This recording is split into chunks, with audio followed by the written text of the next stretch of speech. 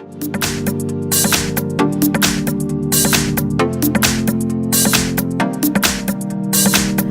I have Samsung Galaxy S10e, and let me show you how to change date and time on the following device. So at first you have to open the list of all applications, then go to the settings. Here you should scroll down and pick General Management. And now select the date and time, so the second tab, and now you have several options. So you can either have an automatic date and time, so your device will set it up automatically and it will be time provided by your network, or you can switch off this option. Just tap on this switcher, and now you can select time zone manually just by yourself. So just click here, select the region. As you can see, there's plenty of countries. Let me pick, for example, Australia.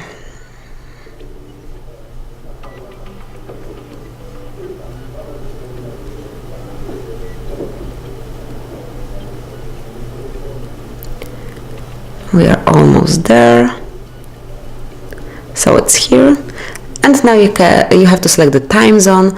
As you can see, there are all time zones included, but I will pick Perth.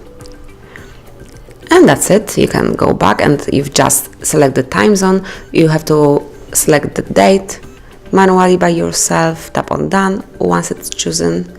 And also you can set the time manually just by yourself and tap on done.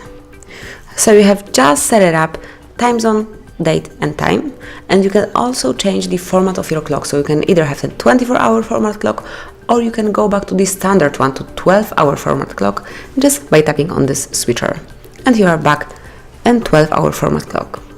Once you want to go back to default settings, so to 24-hour format clock and automatic date and time, you just have to tap on those switchers, and now your time will be set up automatically, and also the clock will be in 24-hour format. So that's it. Thank you for watching. Please subscribe our channel and leave the thumbs up.